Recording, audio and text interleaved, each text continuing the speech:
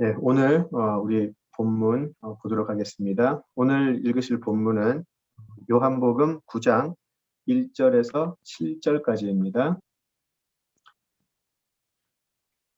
오늘 보실 본문은 요한복음 9장 1절에서 7절까지입니다.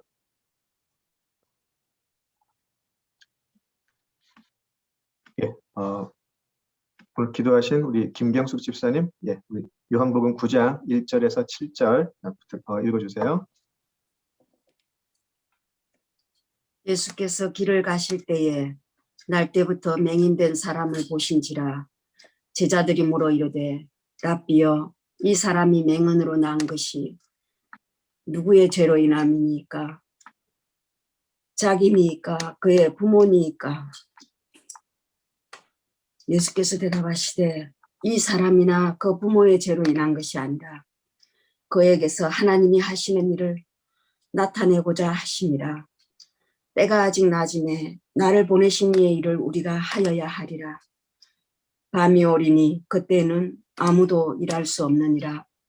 내가 세상에 있는 동안에는 세상의 빛이로라. 이 말씀을 하시고 땅에 침을 뱉어 진흙을 이겨 그의 눈에 바르시고 이르시되 실로암 못에 가서 씻으라 하시니, 실로암은 번역하면 보냄을 받았다는 뜻이라. 이에 가서 씻고 밝은 눈으로 왔더라. 아멘. 기도하시죠. 아버지 하나님, 오늘도 저희들에게 귀한 복음의 말씀 허락하여 주심 감사합니다. 오늘 말씀을 나누는 가운데 함께하여 주시어서 맹인이 눈을 뜬 것처럼 저희들의 심령을 밝히 비춰주시고, 저희들이 이 예배를 마치는 가운데에 하나님께서 주시는 새로운 빛을 가지고 더욱더 밝게 예수님을 바라볼 수 있는 눈을 가지고 마칠 수 있도록 이 말씀의 나눔 시간 인도하여 주시옵소서. 예수님 아멘. 이름으로 기도드립니다. 아멘. 우리가 지난주에 지난 몇 주간을 통해서요, 초막절 기간의 마지막 날에 자신이 세상에 비치고 또 자신 안에 거하면 진리를 알고 진리가 우리를 자유케 할 것이다 라는 예수님의 모습을 살펴보았고요. 또 그 반대편에서 그 예수님과 논쟁하는 유대인들, 그리고 마지막에는 제자로 예수님을 믿으려고 하다가 예수님께 오히려 돌을 던지고 예수님을 죽이려고 하는 그런 사람들을 우리가 보았습니다. 우리가 지난주에 요한복음 8장 마지막 부분을 살펴보았는데요. 다 마치지를 못했기 때문에 우리가 요한복음 8장 마지막 부분을 마무리한 후에 오늘 우리가 읽었던 9장으로 가도록 하겠습니다. 자, 잘 아시다시피 8장 31절에서 59절은 예수님을 처음부터 대적하던 유대인 지도자들이 아니었고요. 예수님의 말씀, 예수님의 가르침을 듣고 이제 예수님께 관심을 가지기 시작하는 그런 사람들과 예수님이 대화하는 장면이었습니다. 그들은 예수님의 말씀에 처음에는 흥미를 가질 수 있었겠지만 그러나 그들은 들을수록 예수님의 말씀이 오히려 그들에게 걸림돌이 되고 있음을 알게 되죠. 무엇보다 걸림돌이 되었던 부분은 자신이 아브라함보다 크다, 아브라함 이전부터 자신이 있었다라는 말이었죠. 그래서 그들은 격분하였고요. 예수님께 돌을 가지고 쳐 죽이려고 했던 것이죠. 자, 예수님이 자신이 누구인지를 드러낼 때마다 유대인들이 보이는 공통적인 반응이 있었죠. 우리가 5장에서도 보았고 5장 이후 또 이제 8장까지 예수님이 자신이 누구인가를 드러낼 때마다 하나님의 언약, 하나님의 율법을 오랫동안 연구하고 가르쳤던 종교 지도자들도 또 말씀을 듣고 예수님께 관심을 가지기 시작했던 일반 유대인들도 모두 적대감을 가지게 되었고요. 그를 죽이려고 하였습니다. 우리가 6장 이야기를 나눌 때요. 6장을 나눌 때 복음은 스캔들이다라고 했던 그 말을 기억을 하실 거예요. 자, 그들이 오랫동안 정답이고 또 정통이라고 굳게 믿어왔던 것을 완성하러 오신 예수님인데 막상 자신들이 믿어온 곳에 완성이고 현실이고 실체로 오신 예수님을 그들은 엄청난 걸림돌로 여겼고요. 그분의 말씀은 스캔들이 되어버리고 말았어요. 진리가 왔는데 오히려 진리가 스캔들이 되어버리고 만 것이죠. 자, 8장 48절에서 59절에 보이는 유대인들의 반응은 어쩌면 비신앙인은 말할 것도 없고요. 그들은 말할 것도 없고 그리스도인이라고 자처하는 많은 현대 교인들에게도 적용되는 부분이 아닐까 생각이 듭니다. 우리가 지난주에 잠깐 다뤘듯이 지금 유대인들은 자신들의 선민으로서의 정통을 가지고 예수님께 지금 논쟁을 하고 있는 것이죠. 예수님께 대들고 있는 것이죠. 특별히 8장 53절을 보시면은요. 8장 53절을 보시면 너는 이미 죽은 우리 조상 아브라함보다 크냐? 또 선지자들도 죽었거늘 너는 너를 누구라 하느냐라고 이야기를 하죠. 바로 이 질문이 어쩌면 현대를 살아가는 우리들도 끊임없이 예수님께 하고 있는 질문이 아닌가 그런 생각이 들어요. 많은 기독교인이라고 자처하는 많은 사람들이 신앙생활 나름대로 열심히 하고 있고요. 또 세상에는 많은 교회들이 있죠. 수많은 교회들이 있죠. 자, 그런데 우리는 종종 이런 질문을 스스로에게 해야 할 것 같아요. 그리고 그 질문들에 솔직하게 답을 해야 될 것 같아요. 제가 이제 제 큰딸이 이제 대학을 가면서 지난 몇 달 동안 한국으로 치면 이제 고3 학생을 데리고 있었던 것이죠. 이 아이가 어떤 대학을 가서 무슨 공부를 할 것인가라는 그 현실적인 문제가 사실 지난 몇 달 동안 제가 정말 뼈저리게 경험을 했던 것 같아요. 정말 뼈저리게 경험을 했던 것 같고요. 그러는 과정 속에서 그런 질문을 하게 될 수밖에 없죠. 많은 저희들뿐만이 아니라 정말 수많은 기독교 부모에게 이런 질문을 해야 하지 않을까라는 생각이 했어요. 예수님이 여기 오늘 53절에서는 이렇게 물어보죠. 너는 우리 조상 아브라함보다 크냐라고 물어보죠. 솔직하게 예수님이 하버드보다 크냐? 그 질문을 다들 숨기고 있어요. 다들 그 질문을 숨기고 있어요. 당연히 예수님이 하버드보다 크지라고 말은 하는데 지난 몇 달 동안 제 스스로의 모습을 돌아봐도 그렇고 기독교인이라고 자처하는 많은 부모들의 언행을 보아도 예수님은 하버드보다 크지 않았어요. 하버드가 예수님보다 훨씬 컸어요. 또 예수님이 높은 연봉을 주고 인정해 주는 것보다 크냐? 이런 질문을 할 수도 있을 것 같고요. 내 자식이 이 세상에서 잘 되는 것보다 예수님이 크냐라고 물어볼 수도 있을 것 같아요.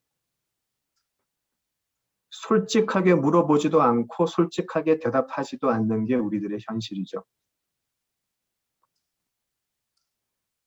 당연히 예수님이 크다라고 하는 사람들 많이 있지만 실제 그들의 마음을 들여다보면 그렇지 않더라는 것이죠.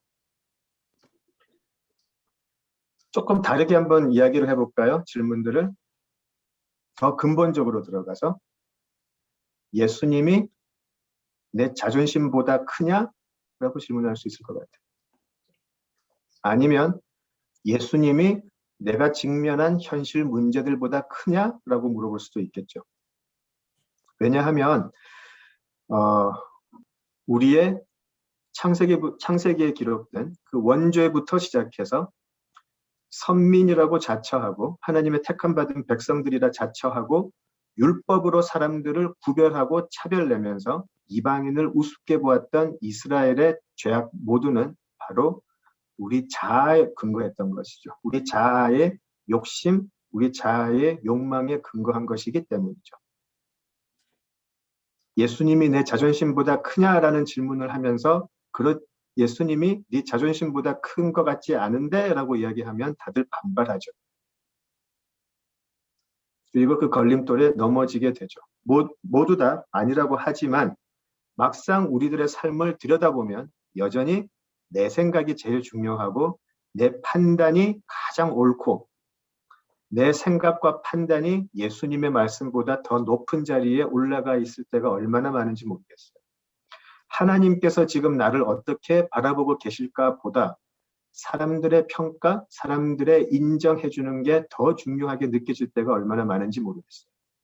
그래서 여기서도 유대인들이 똑같이 행동을 하죠. 그들의 생각과 판단에는 아브라함이 가장 큰 사람인데 예수께서 아브라함보다 훨씬 큰 사람이라고 하니까 받아줄 수가 없는 것이죠. 예전에 있던 교회에서 이제 구역 모임 같은 것을 할 때요. 성경 공부를 이제 하죠. 성경 공부를 하고 친교를 하게 되는데 성경 공부를 한 1시간 반 열심히 하고요.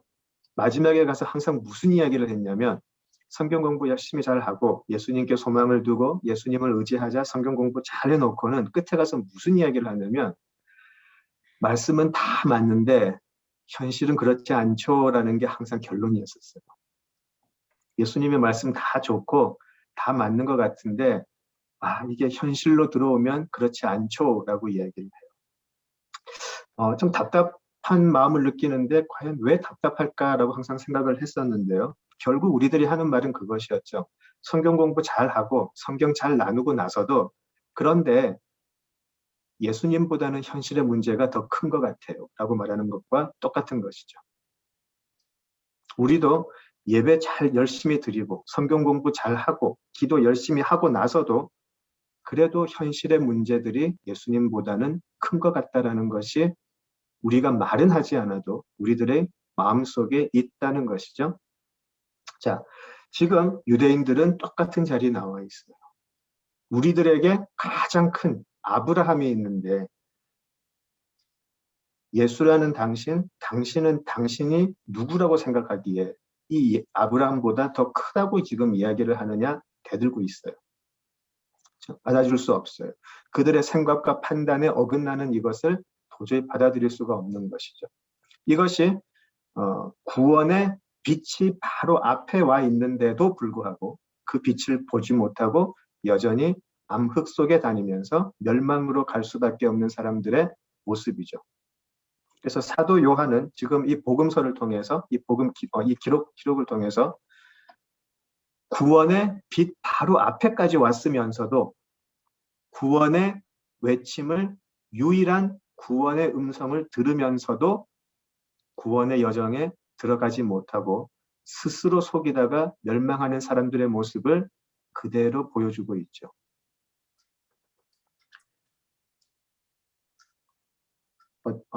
오전에 우리 그 시은이 엄마랑 잠깐 이야기하면서 그런 이야기를 했었어요.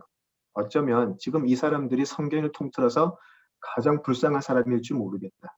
아예 처음부터 구원의 빛을 보지 못했다면 모르겠는데 구원의 빛 바로 앞에까지 나와왔다가 그 빛을 알아보지 못하고 영원히 각자 갈 길을 간 사람들. 너무나 불쌍하다고 느끼지 않으세요? 정말 불쌍한 사람들이죠. 자, 8장 56절에서 59절을 잠깐 보시면은요. 제가 읽을게요. 8장 56절에서 59절입니다. 너희 조상 예수님의 말씀 대답이죠. 너희 조상 아브라함은 나의 때 볼 것을 즐거워하다가 보고 기뻐하였느니라. 유대인들이 이르되 아직 50세도 못 되었는데 아브라함을 보았느냐. 예수께서 이르시되 진실로 진실로 너희에게 이르노니 아브라함이 나기 전부터 내가 있느니라 하시니 그들이 돌을 치려 하거늘 예수께서 숨어 성전에서 나가십니다. 라고 되어 있어요. 자, 그들이 가장 위대하고 크다고 생각하는 아브라함도 정작 예수님의 때를 볼 것을, 즉 하나님의 약속의 성취가 될 것을 믿고 바라고 소망하고 기뻐했다는 것이죠. 무슨 말인가요? 아브라함도 자기보다 훨씬 큰 예수의 때를 기다리면서 기뻐했다는 것이죠. 아브라함에게 예수님은 자신이 경험하고 알게 된 하나님의 최고의 선물이자 자신보다 훨씬 큰 인류를 향한 최고의 사랑의 표현이었다라는 것이죠. 그는 그 하나님의 약속이 반드시 이루어질 것을 믿었고요. 그래서 그 미래의 그날을 소망하며 그에게 주어진 날들을 살아갈 수 있었던 것이죠. 아브라함은 자기보다 훨씬 크신 예수님을 바라고 기뻐했었어요. 자, 그런데 이 말씀을 이해할 수 없는 유대인들은 엉뚱하게 예수님의 나이를 가지고 지금 시비를 걸고 있죠. 50도 안 된 것 같은데 어떻게 네가 아브라함보다 더 크다고 이야기를 하느냐, 네가 아브라함을 보았다고 이야기를 하느냐라고 이야기하는데요. 자, 8장 58절에서요. 예수님은 다시 한번 자신에 관해서 놀라운 말씀을 하시죠. 8장 58절에서 진실로 진실로 너희에게 이르노니 아브라함이 나기 전부터 내가 있느니라 하시니 라고 이야기하시는데요. 영어로 보는 게 이거는 조금 더 정확한 표현일 것 같아요. 우리 영어를 보시면은요. 단어 하나의 차이가 엄청난 차이를 만들어내는 것을 보실 거예요. 8장 58절에 영어를 보시면은요. Truly, truly I say to you. 자, 여기요. Before Abraham was, I am 이라고 되어 있어요. 그죠? 자, 여기서 before Abraham was, 그 다음에는 I was가 되는 게 맞아요. 아브라함이 있기 전에 내가 있었다가 맞죠. 문법적으로. Before Abraham was, I was라고 돼야 되는데 여기는 I am이라고 현재형을 집어넣고 계세요.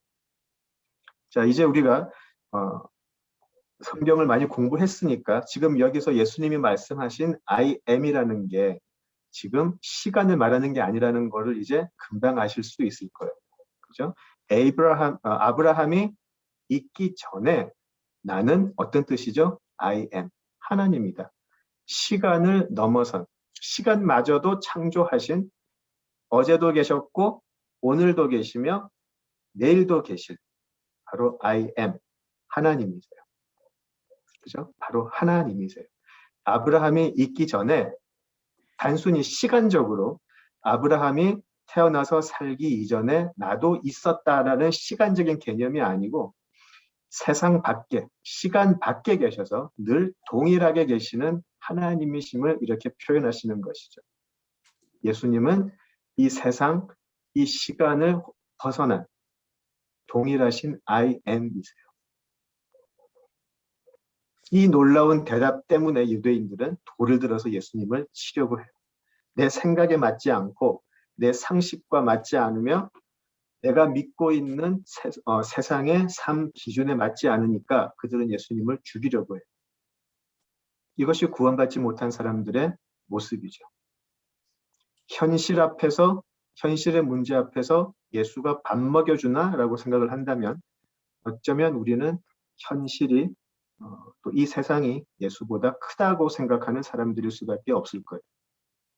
비록 예수를 죽이려고 돌을 들지는 않지만 동일한 모습이죠. 우리는 어쩌면 구원과는 사실상 상관이 없는 사람일 수도 있다는 것이죠. 예수님은 지금 우리가 처해 있는 이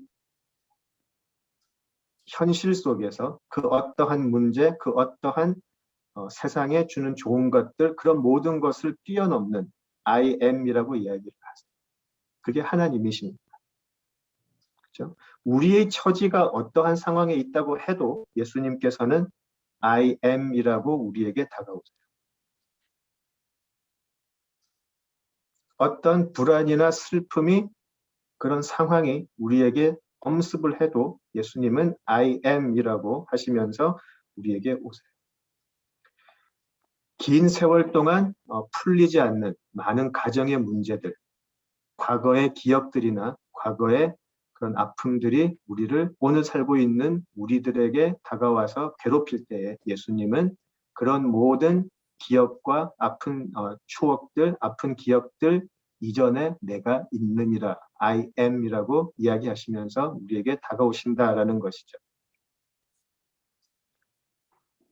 내 자신의 오늘의 한계에 낭망하고 아파하고 오늘 내 생각대로 풀리지 않는 오늘의 많은 문제들 때문에 힘들어할 때 오늘도 계시지만 내일도 동일하게 계시는 예수님께서 I am 이라고 하시면서 우리에게 자유케 하는 진리를 주겠다고 약속하시는 것이죠. 자, 그렇게 I am 이라고 다가오시는 예수님께 그래도 나한테는 이 현실이 너무나 크고 무거워서 예수님께 돌을 들까요? 아니면 I am 이라고 어제도 오늘도 내일도 동일한 예수님께서 I am 이라고 말씀하실 때에 아멘 주 예수여 오시옵소서 라고 대답하면서 예수님 안에 거하는 제자가 되실 거예요. 여기 본문에서는 이 무리들은 예수님께 돌을 들어 예수님을 죽이려고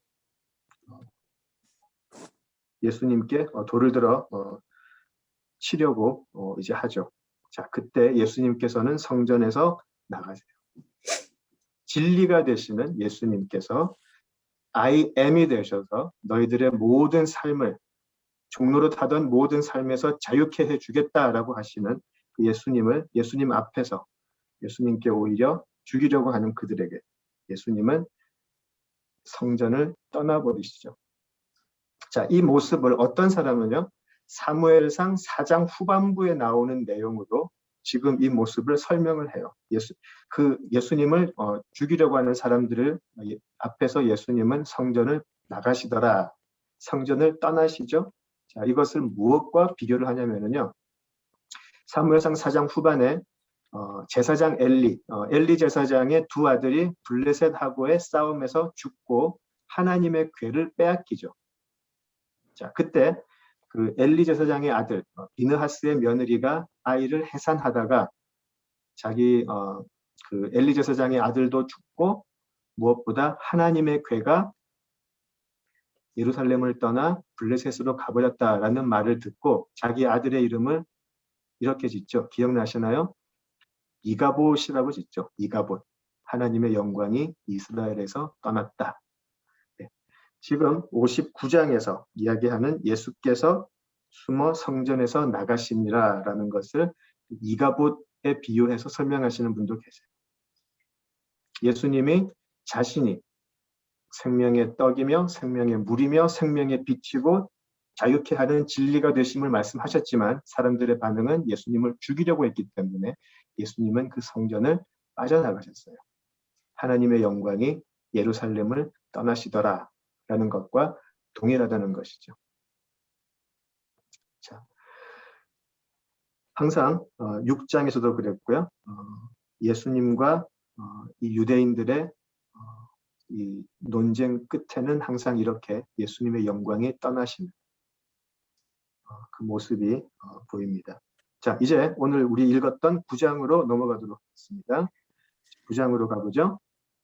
자, 9장을 이제 시작을 하면 사실 시간이나 공간적인 배경이 자세하게 나오지는 않아요.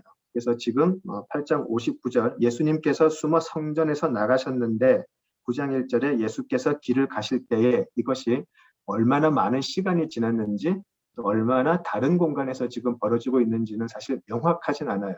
자, 그렇지만 8장 59절에서 9장 1절 사이가 그렇게 시간이 많이 지난 것 같지는 않아요. 어떤 분은 예수님이 성전을 나가신 바로 다음 날이 아닐까라고 생각하는 분도 있고 어떤 분들은 시간은 조금 지날 수 있지만 여전히 그 초막절에 모인 많은 사람들이 여전히 많이 있는 그 시간, 뭐 한 많이 지나봐야 일주일 정도가 되지 않을까 그런 생각을 하고요. 그리고 지금 이 맹인이 고쳐진 이 9장의 배경의 공간적인 배경도요.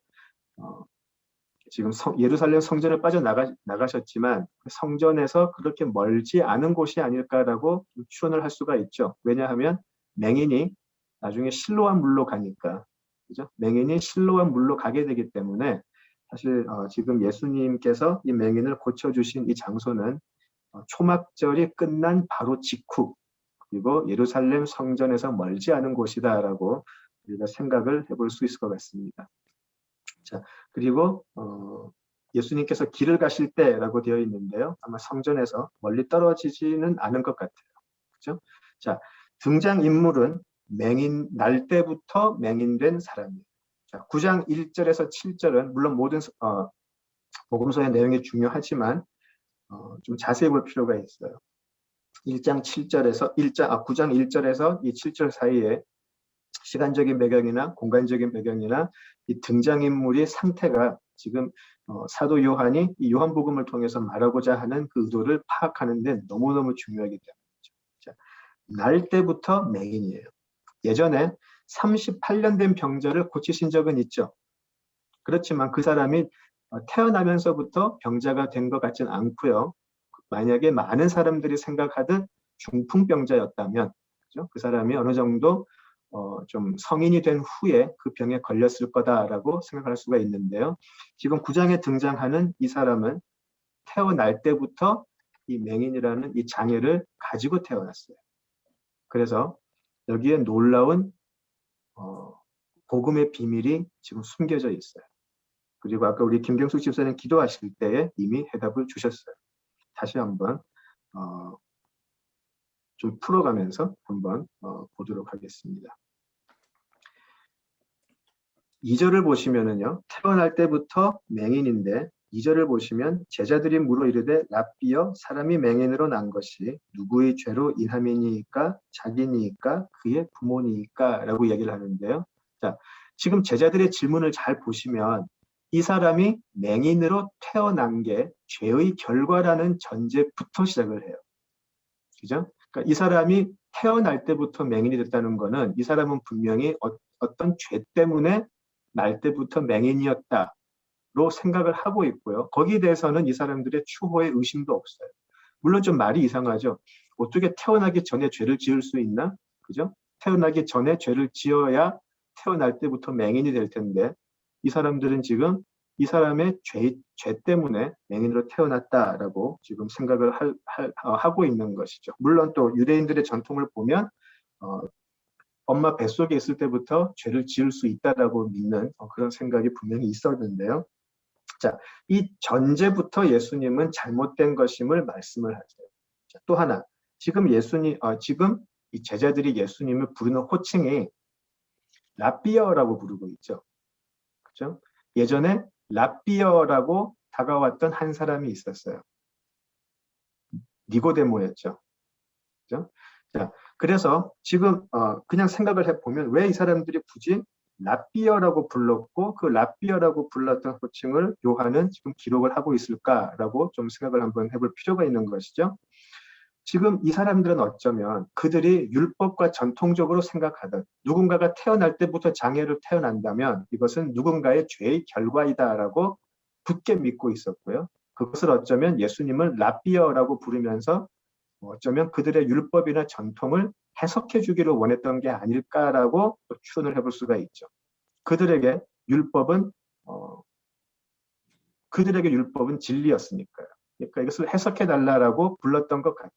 자, 불과 몇 절 앞이죠. 8장 58절에서요. 예수님은 자신이 I am이라고 말씀을 하셨어요. 하나님이라고.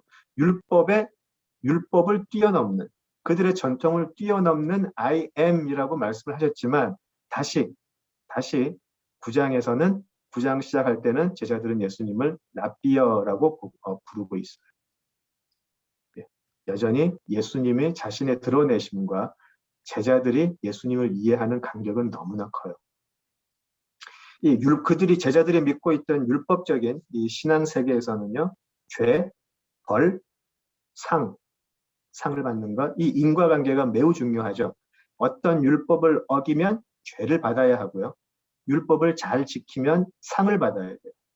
맹인이라는 것은 그 당시에 지금도 참 많은 그런 부분이 있지만 특별히 그 당시 몇천 년 전의 사회에서는 자신이 스스로를 책임질 수 없는 사람이었죠. 그래서 9장 8절을 보시면 이웃 사람들과 전에 그가 거린인 것을 보았던이라고 되어 있어서 이 사람이 구걸하면서 거린으로 평생을 살았던 것을 알 수 있어요. 자기 자신은 아무것도 할 수 없는 사람이고 그저 사람들이 자기에게 던져주는 것이 있으면 그것으로밖에 살 수 없는 사람이었어요. 구걸하며 살던 사람이었어요.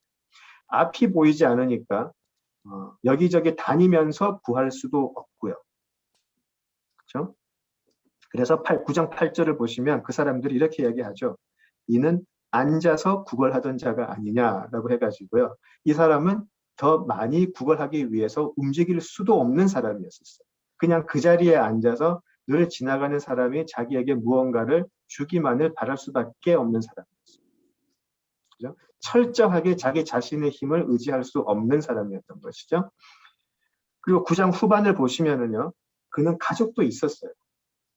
그런데 이 사람이 가족이 있는데 구걸하면서 거린으로 살았다는 것은 가족도 이 사람을 돌보는 걸 포기한 것 같아요.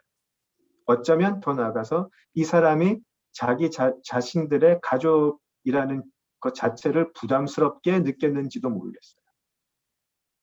어쩌면 가족에게서도 그냥 버림받지 않았을까라는 상상도 해볼 수가 있겠죠. 자, 그런데 9장 2절에서 예수님은 그런 그들의 전제를 완전히 깨어버리시죠.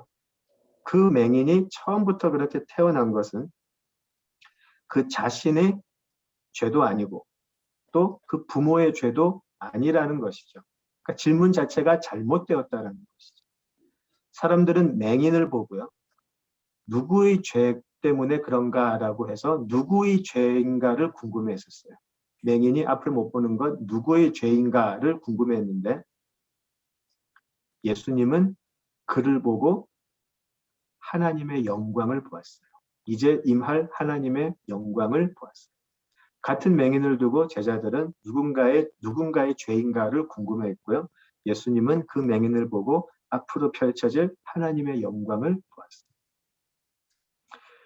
9장 3절을 보시면 예수께서 대답하시되 이 사람이나 그 부모의 죄로 인한 것이 아니라 그에게서 하나님이 하시는 일을 나타내고자 하시니라. 이 9장 3절을 또 많은 사람들이 여러 가지로 해석을 하는데요. 또 이런 해석을 하는 분들도 계세요. 하나님이 하시는 일을 나타내고자 하심이라라는 그 말씀은 하나님께서 이제 하실 일을 보라라고 해석해야 한다라고 하는 학자들도 있어요. 이제 하나님께서 어떤 일을 행하실 텐데 너희들은 그 일을 보아라. 저 사람이 지금 맹인인데 누구의 죄인가 그런 거 따지지 말고 저 사람이 맹인인데 이제 저 사람을 통해서 하나님이 어떤 일을 하실지 보라라고 해석하는 게 맞다 는 분도 계시고요. 그렇게 해석을 한다면 그런 비슷한 장면이 있죠. 홍해에서 사람들이 망연자실해서 막 그 모세에게 항의할 때 모세가 너희는 잠잠히 있어서 앞으로 하나님께서 행하실 일을 보라라고 하는 그런 모습이 떠오르실 거예요. 자, 또 한편으로는요. 이것은 하나님께서 하나님의 일을 명백히 확인하기 위함이다라고 해석해야 한다라는 분도 계세요. 하나님이 지금 하고 계시는 일을 명백하게, 하나님이 하고 계시는 일을 정확하게 드러내기 위하심이다라고 해석해야 한다라는 분도 계세요. 1차적으로는 그 하나님이 하시는 일이 맹인을 치유해서 앞을 보는 것으로 나타나겠지만 하나님께서 명확히 하고자 하시는 것은 무엇일까요? 하나님께서 명백하게 드러내셔야 할 것은 이 사람의 육체적인 장애가 고쳐지는 게 아니고 그것을 통해서 이 사람이 구원받는 구원의 역사를 의미를 하겠죠.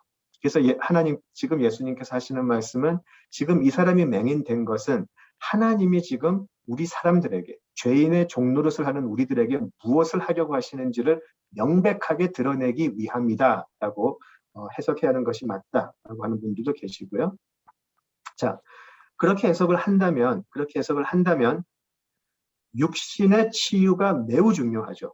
그것이 도구가 될 테니까요. 자, 그러나 이 육신의 치유가 하나님께서 명백하게 보이셔야 할 일, 바로 그 영혼의 구원으로 이어지지 않으면 어떠한 육신의 치유도 하나님의 영광이 드러나는 구원의 역사와는 아무 상관이 없게 되는 것이죠. 이 부분에서 우리가 굉장히 많은 실수를 하게 돼요. 현대 교인들도. 예수님이 이 땅에 치유하러 오셨지만 그리고 실제로 예수님은 사회에서 손가락질 받거나 사회에서 이렇게 박탈당해 있는 많은 병자들을 찾아가셔서 치유하셨지만 하나님의 일을 명백하게 보이시기 위해서는 그들을 육신의 치유를 넘어서 영혼의 치유까지 이끌어 가셔야 돼요. 자, 우리가 예수님의 이름으로 많은 치유 사역을 하게 되고요. 많은 성령의 사역을 하지만 그것이 그들의 마음만 치유한다면, 그것이 그들의 육신만 치유한다면 지금 오늘 맹인을 고치시는 예수님께서 하시는 하나님이 하시는 일과는 상관이 없을 수도 있어요. 이것이 우리가 굉장히 이것이 우리가 저 사람이 참된 성령 사역자인가, 저 사람이 참된 말씀 선생인가, 저 사람이 참된 전도자인가를 구별하는 기준이 되어요. 과연 저 사람이 보이는 사역이 하나님의 무엇을 명백하게 보여주고 있는가, 그것을 확인을 해야 돼요. 이 맹인은 다시 죽을 거예요. 만약에 예수님께서 눈을 고치셨다고 해도 이 사람은 죽을 거예요. 어차피 죽을 거죠. 그죠? 그 사람이 눈을 뜨게 되면 매우 놀라운 역사이지만, 그죠? 그래서 앞을 볼 수 있어서 그가 이제 스스로 앉아서만 구걸하다가 이제는 스스로 일어서서 걸을 수도 있고 일도 할 수가 있어서 이제 자기 스스로를 책임질 수 있는 삶을 살 수도 있겠죠. 그러나 그는 다시 죽을 거예요. 여전히 죄 중에 살다가 죄 안에서 죽을 거예요. 육신적인 맹인의 모습에서는 자유함을 받았지만 영적인 맹인의 자리에는 여전히 머물러 있기 때문이죠. 자, 반대로 그런데 이 맹인이 눈을 뜨게 됨으로 해서 그가 예수를 알아보고 믿게 된다면 그는 육신의 맹인에서도 자유케 되지만 영적인 맹인의 자리에서도 자유케 된다는 것이죠. 이것이 하나님의 일이라는 거예요. 우리가 무언가에 묶여 있고 얽매여 있고 종로를 하고 있지만 우리가 그것에서 풀림을 받아 예수를 알아보고 오직 예수가 하나님께서 보내신 약속의 성취이며 예수만이 내가 하나님께로 갈 수 있는 길이구나를 아는 거기까지 가는 것, 그것이 하나님의 일이라는 것입니다. 자, 4절에서 5절을 보실까요? 때가 아직 낮음에 나를 보내신 이의 일을 우리가 하여야 하느니라. 밤이 오리니 그때는 아무도 일할 수 없느니라. 내가 세상에 있는 동안에는 세상의 빛이로라. 때가 아직 낮이라고 하시죠. 세상의 빛이신 예수님이 우리를 찾아와서 거하고 계시기 때문에, 그렇죠? 요한복음 1장에서 얘기했던 것이죠. 예수께서 우리를 찾아와 거하고 계시기 때문에 지금 우리는 낮을 살고 있다라는 것이죠. 오직 예수님이 우리와 함께 거하고 계시기 때문에 우리는 그런 하나님의 일을 할 수 있는 것이죠. 자, 6절에서 7절 가보시겠습니다. 굉장히 많은 해석을 낳게 한 부분이고요. 이 부분은 많은 사람들이 잘 알고 있는 부분이지만 좀 늘 갸우뚱할 수 있는 부분이죠. 도대체 무슨 내용일까? 그렇죠? 자, 이 말씀을 하시고 땅에 침을 뱉어 진흙을 이겨 그의 눈에 바르시고 이르시되 실로암 못에 가서 씻으라 하시니 실로암은 번역하면 보냄을 받았다라는 뜻이라.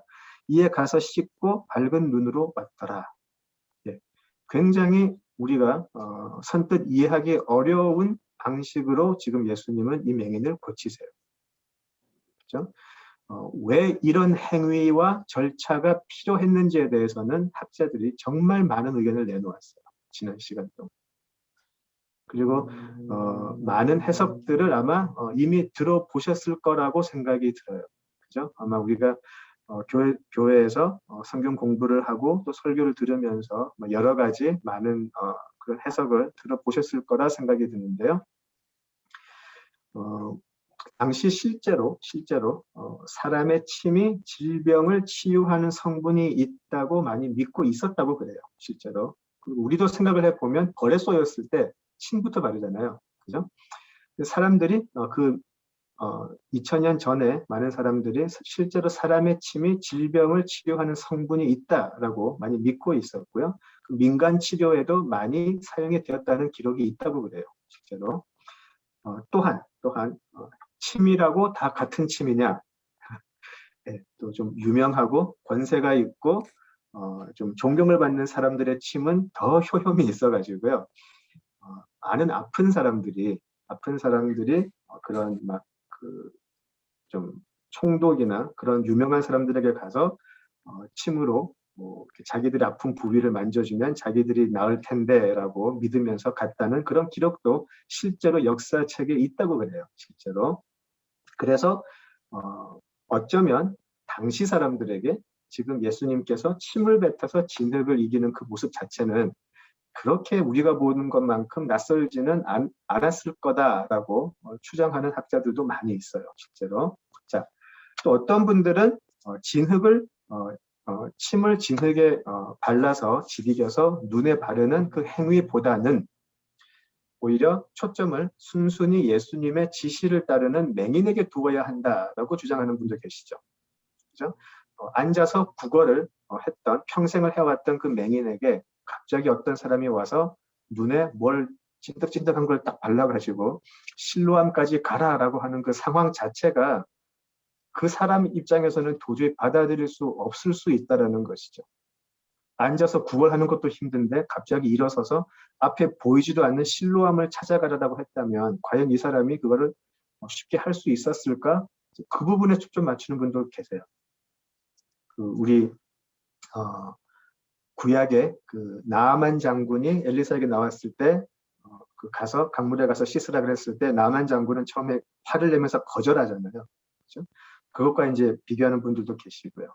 자, 어떤 분들은 또 진흙을 침에 뱉어서 진흙에 이기는 것 자체가 중요하지 않다라고 하는 분도 계세요. 너무 거기에 초점을 안 맞추면 좋겠다라고 하는 분도 계시는데요. 제 개인적인 생각을 좀 나누고 싶어요. 지금부터는 제 개인적인 해석인데요. 요한이 지금 항상 우리가 요한복음을 좀 난해 구절이나 비유를 해석할 때 제일 중요한 것은 이건 것 같아요. 왜 지금 요한이 이 책을 쓰고 있나? 요한은 요한복음을 통해서 예수가 하나님의 아들이시며 그리스도이신 것을 증언하게 보이게 하기 위함이다라고 명백하게 써놨잖아요. 그리고 저는 사도 요한이 굳이 이 모든 행위와 이 절차들을 기록한 이유는 오직 그 하나라고 생각이 돼요. 지금 이것을 통해서 어떻게 예수가 하나님의 아들이시며 그리스도이심을 보여주는 중요한 단서가 되기 때문에.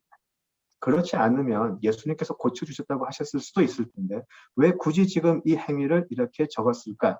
거기서부터 출발을 해보고 싶어요. 그렇죠? 자, 개인적으로 가장 공감하는 해석은 이것이에요. 하나님께서 인간을 흙으로 만드셨잖아요. 인간을 흙으로 만드셨는데 그 흙으로 창조되고 하나님의 생기를 받은 인간들이 타락했고 죄인이 되어서 영적인 맹인이 되어버렸죠. 어느 정도 맹인도 좀 차별이 있다는 건 이상하지만 어느 정도 맹인이냐? 바로 앞에 빛이 와 있는데도 알아보지 못하는 그런 영적인 맹인이 되어 있는 것이죠. 그래서 흑암에서 빛이 와도 그 빛을 볼 수 없는 그런 맹인으로 변해버렸어요. 타락이죠. 자, 이것에 이런 상황에서 예수님께서는 새로운 흙, 바로 자신의 침을 뱉어서 이긴 진흙, 바로 자신이 망가지면서 자신이 창조하는 흙으로 자신이 그 흙이 되어서 그 죄인된 몸을 덮어버리시는 것이죠. 여기서는 맹인의 아픔, 앞을 보지 못하는 눈을 그 진흙이 덮어버리듯이 예수님은 우리에게 새로운 창조를 위해서 새로운 창조가 되셔서 우리의 죄악된 우리의 존재 전체를 덮어버리시는 것이죠. 이 해석이 저는 가장 적절하다고 생각하는 이유가 바로 앞선 구절에서 예수님은 하나님이 하시는 일을 드러낼 것이다 라고 하시기 때문에 그냥 예전처럼 말씀만 하셔도 될 것을 이렇게 다른 방법을 쓰신다는 것은요. 이 맹인의 고침을 통해서 하나님의 일이 무엇인지를 분명하게 드러내고 싶으셨기 때문이라고 생각이 됩니다. 자, 그렇다면 이 하나님의 일은 어디서부터 시작이 될까요? 이 하나님의 일은 어디서부터 시작이 되어야 할까요? 예수님께서 침을 뱉어 진흙을 이기시는 곳에서부터 시작이 되지가 않아요. 그죠? 이 일은 어디서부터 시작이 되냐면요. 9장 1절. 날 때부터 맹인된 사람부터 시작이 돼요. 자, 하나님의 일은 죄인으로밖에 태어날 수 없는 우리들의 태생적인 절망적인 상태에서부터 시작이 돼요. 그죠? 하나님이 하시는 일은 맹인을 앞을 볼 수 있는 사람으로 고치는 게 아니고 예수님께서 보내심을 받아서 드러내셔야 할 일은 하나님이 그 아들을 통해서 구원의 새로운 역사를 이루시고 새로운 창조를 행하신다라는 것이죠. 그것은 우리를 재창조라고 보통 이야기를 하죠. 자, 재창조를 위해서 예수님께서는 어디로 가셔야 할까요? 첫 창조가 창조물이 타락을 했다면 예수님은 어디로 돌아가셔서 새로운 창조를 하셔야 할까요? 바로 첫 창조의 자리로 돌아가셔야 돼요. 하나님의 창조에서 중간에 쑥 들어가시는 게 아니고 하나님의 첫 창조에 바로 그 자리로 가셔서 시작을 다시 하셔야 돼요. 바로 그 첫 창조의 자리가 어딘가? 흙으로 사람을 만드시고 코에 생기를 불어넣는 바로 그 첫 창조의 자리로 돌아가신다는 것이죠. 맹인은 흑암에서 살아가는 우리 모두를 대표하죠. 육으로 또 영으로 저주 속에 살아가는 마귀의 자식들이에요. 자, 그런 첫 창조, 그 첫 창조의 자리로 예수님은 돌아가세요. 바로 그 자리로. 그래서 처음부터 다시 시작하시는 것이죠. 맹인은 예수님이 지나가는지도 모르고 있어요. 지금 앞에 지나가는 사람이 누구인지도 모르고 있죠. 자, 그런 맹인에게 먼저 다가가셔서 우리 인간의 본질이자 첫 창조의 재료였던 흙을 들어서 자신의 침으로 빚으세요. 마치 그 앞을 못 보는 바로 그것, 그죠? 맹인의 눈에 새로운 창조의 흙을 마치 하나님께서 성령의 생기를 코로 불어넣듯이 예수님은 그 흙과 자신을 섞어서 눈에 발라버리시는 것이죠. 우리의 죄의 자리에 자신이 오셔서 자신이 우리 죄를 덮어버리세요. 이것이 하나님께서 예수님을 보내신 이유이시고 이것이 하나님이 예수님을 통해서 이루고자 하시는 일이기 때문에 맹인의 눈을 예수님으로 빚어진 흙이 덮어버리죠. 우리로 하여금 죄인이 되게 하는 우리 자아의 죄성, 아까 우리가 처음에 얘기했던 우리 자아의 죄성에 예수님께서 오셔서 우리에게 막 떨어지는 하나님의 진노를 대신 담당해 버리시는 것이죠. 지금 맹인이 한 일은 하나도 없어요. 예수님이 오셔서 지금 모든 일을 처음부터 하고 계세요. 그리고 실로암 물이 있죠. 실로암 물은 영원한 생명수 예수님을 상징하죠. 그리고 그 실로암 물로 침으로 이겨진 진흙이 씻겨 내려가면서 눈은 열리게 돼요. 새로운 창조가 이루어지는 것이죠. 타락으로 가버릴 수밖에 없었던 첫 창조가 이제 예수님을 통해서 다시 재창조되어가는 과정인 것이죠. 이것이 예수님께서 말씀하신 일할 수 있을 때 확연히 드러나고 증거되어야 할 하나님의 일이라는 것입니다.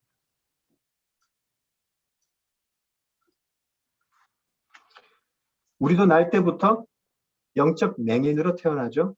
우리는 태어나면서부터 죄인으로 태어나요. 그래서 평생 할 수 있는 게 죄 중에서 살다가 죄 중에 죽는 것이죠. 오늘 맹인이 구걸하면서 평생을 보내는 것처럼 우리도 죄의 종노릇하면서 평생 죄 속에 살다가 마침내 열심히 죄의 종노릇을 한 대가로 무엇을 받나요? 사망을 받죠. 그런데 그런 죄인들 속에서 한 사람을 예수님께서는 보셨어요. 오늘 성전을 지나가시면서 예수님은 한 맹인을 보셨어요. 그리고 그에게 다가가서 하나님의 구원의 역사를 이루시는 것이죠. 짧은 이 9장 1절에서 7절 사이에 놀라운 재창조를 통한 구원의 역사가 그대로 묘사되어 있습니다. 예수님은 지금은 낮이기 때문에 이 구원의 그 하나님이 보이셔야 할 일을 이 맹인을 고침을 통해서 명확히 드러내고 계신 것이죠. 태어나면서부터 맹인이 되었기 때문에 인간적으로는 사실 살 소망이 없는 사람들이에요. 그런 그들에게 예수님께서 찾아가 주셔서 구원의 빛을 보이시는 것이죠. 그리고 이제 이 9장의 맹인은요, 이제 앞으로 살펴보겠지만 5장에 38년 된 병자에 비해서 그가 고침 받은 이후의 행적이 자세히 기록이 되어 있어요. 그리고 그의 육신의 장애가 고쳐짐이 어디로 가게 되냐면 그의 구원으로 이어지게 되어 있어요. 나중에 보시겠지만 그는 자신에게 예수에 관해 질문하는 사람들을 오히려 이제 영적 맹인으로 취급하는 자리까지 나가게 돼요. 오히려 그가 상대방을 끌끌하면 혀를 차면서 이제 내가 보는데 너희들은 못 보냐라고 오히려 다그치는 모습을 봐요. 누가 진짜 맹인일까요? 육신의 장애를 누구의 죄인지 궁금해하는 그 사람들이 진짜 맹인일까요? 아니면 율법과 선지자들의 예언을 공부했으니 그 예언의 성취가 눈앞에서 이루어지는 것을 보고 있는데도 오히려 핍박하는 유대 지도자들일까요? 아니면 나는 아무 능력 없고 소망이 없지만 오직 내 눈을 뜨게 하신 그분이 나의 구주이십니다. 고백하는 사람이 맹인일까요? 아까 처음에 제가 드렸던 그 많은 질문들. 예수가 크냐? 세상이 크냐? 예수가 크냐? 내 자존심이 크냐? 똑같은 질문이에요. 우리 모두 하나님 앞에 솔직하게 예수 그리스도, 예전에도 계셨고 지금도 계시고 앞으로도 계실 동일하신 예수 그리스도가 나에게는 가장 큰 구주이시며 하나님의 살아있는 아들입니다 라고 고백할 수 있기를 기원합니다. 오늘 여기까지 하겠습니다. 기도하시죠. 아버지 하나님, 참으로 은혜를 감사합니다. 태어나면서부터 영적인 맹인으로 살아갈 수밖에 없는 저희들에게 하나님은 예수를 볼 수 있게 하여 주셨습니다. 그러기 위해서 그 예수는 자신의 모두를 하나님께 던지고 우리에게 다가오는 진노를 대신 담당하셨음을 우리가 이제 알게 됩니다. 그러나 사망의 권세를 이기고 부활의 은혜를 우리에게 나눠주심도 알게 되었습니다. 아버지 하나님, 이제 영적 맹인의 자리에서 이제 구원의 빛을 보고 구원을 소망하는, 그리고 이 구원의 경주를 열심히 달려가는 우리 모두 되게 하여 주시옵소서. 예수님 이름으로 기도드립니다. 아멘. 아멘.